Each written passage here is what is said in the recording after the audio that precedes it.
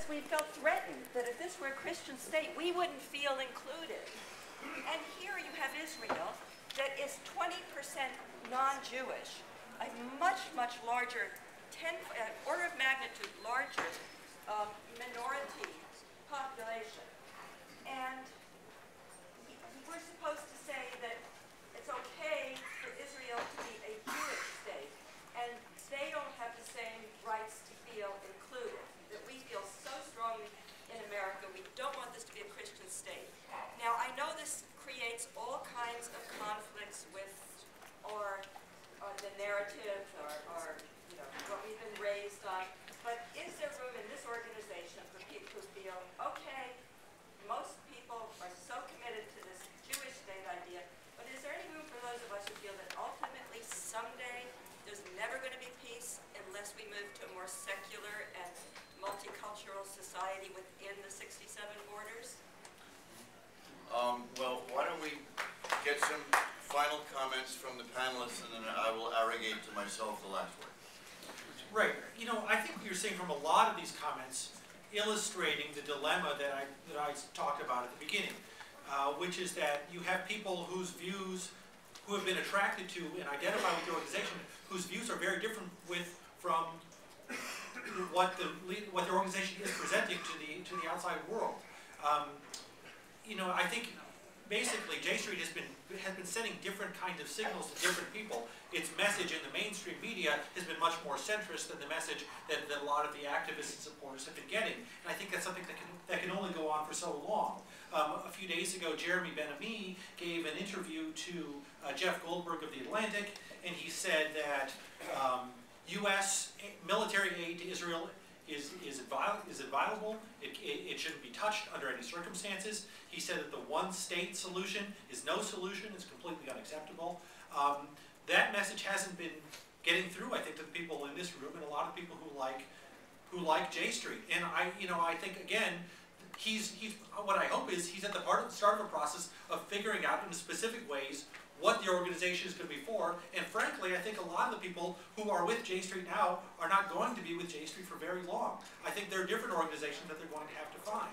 Because ultimately, that perspective, the perspective that you're hearing here, is a very small part of the Jewish community, and you can choose to represent it, but you're not going to be an organization that speaks for many Jews or has a mainstream role in American politics. Not long ago, I was talking to a Democratic consultant who just brought this up. He said, I like J Street, I like those guys, I like what they stand for, but I'm a professional working in Democratic politics, and if I had a candidate and J Street wanted to give them money, I'd have to tell the candidate to give the money back. And he said, because of the mixed messages about Israel that they think they're getting, he thinks it would be irresponsible. So I think and he said, once you're in that position, you're nothing. You're out of the conversation. So he thinks, and I think I agree, that J Street has to be an organization that isn't in that position, that can be part of it, and that's going to have to mean moving to the center and drawing some lines.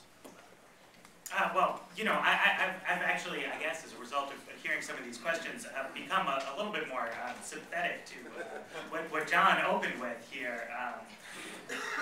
At the same time, I do think that this sort of suite of questions around the idea of a Jewish state and a Jewish democracy, as per Spencer, is absolutely vital to a sort of a coherent, what to me, a pro-Israel, pro-peace organization and advocacy is fundamentally all about. I think you have to draw a distinction between the idea of a Jewish state in the national sense and a Jewish state in the religious sense. I mean, obviously, there's continuing disagreement inside Israel, as in, I think, almost every country, about, the extent to which the state should be secular versus should be religious, questions about family law, blah, blah, blah. I don't have, a particularly strong view on that. I'm a secular kind of guy myself. And then there's the question, Israel was modeled on the idea of a European nation state. A different kind of idea from like the United States or Australia as a cosmopolitan settler community. And I think that's fundamental to what Israel is. I mean, if there were a different kind of state in that location, it wouldn't be called Israel. It wouldn't have that flag. It wouldn't have the founders that it has. The idea is to be a national state for Jewish people.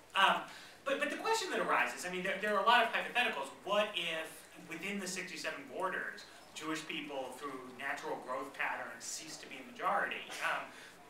You know, at that point, or what if Israel continues to have its current boundaries, in which case Jewish people will cease to be a majority extremely quickly.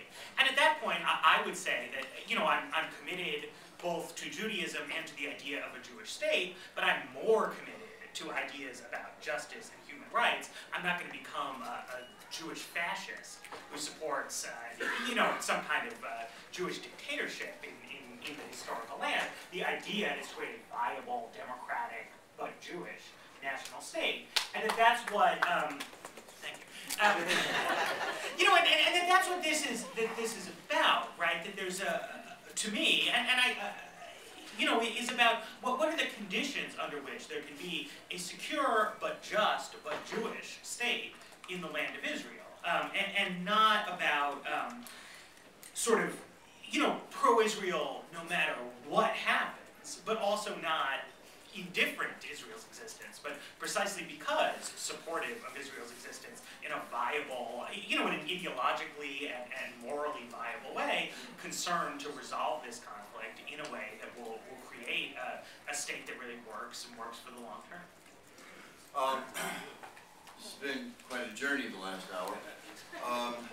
I want to end with a couple of questions.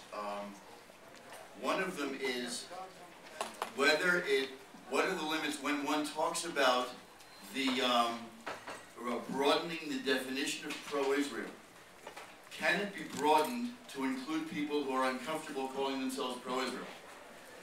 Or should one hesitate to enter the conversation of what it means to be pro-Israel if one doesn't want to call oneself pro-Israel? And this is not to legitimize or delegitimize people's feelings about being pro-Israel. It's to say, what is the conversation? What is the arena? What is the room one wants to enter? Finally, we ought to draw a distinction between what is a legitimate community, what is a legitimate Jewish community, and what are the boundaries, if any, that the Jewish community should have for itself, and what is an effective organization. A person can belong in a community, and maybe there aren't enough. Jonathan said there are very, very few Americans, very few Jews. There are a tiny percentage who aren't comfortable with Israel. I don't know how tiny that percentage is. I certainly know that somebody who acts out of what they regard as Jewish motives belongs in the Jewish community and deserves to be acknowledged as such. That doesn't make them an effective part of a lobby for an Israeli policy. So people here, J Street needs to decide, and people need to decide, did they come here to find community and to express, or did they come here to do work and be part of an organization that gets the job done? And it's fair questions, and all of the answers are correct ones, but people need to decide. Thank you.